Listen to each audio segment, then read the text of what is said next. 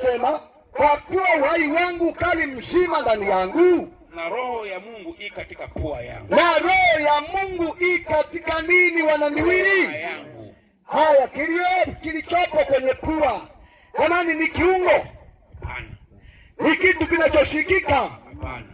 Lakini kinachokuwepo puani ni nini? Pumzi, yani hewa. Sasa utaniuliza, mbona anarudi kwa Mungu? Sasa kama anaenda kwa Mungu, kinarudi kwa Mungu anamaanisha nini? Twende taratibu, tutaelewana.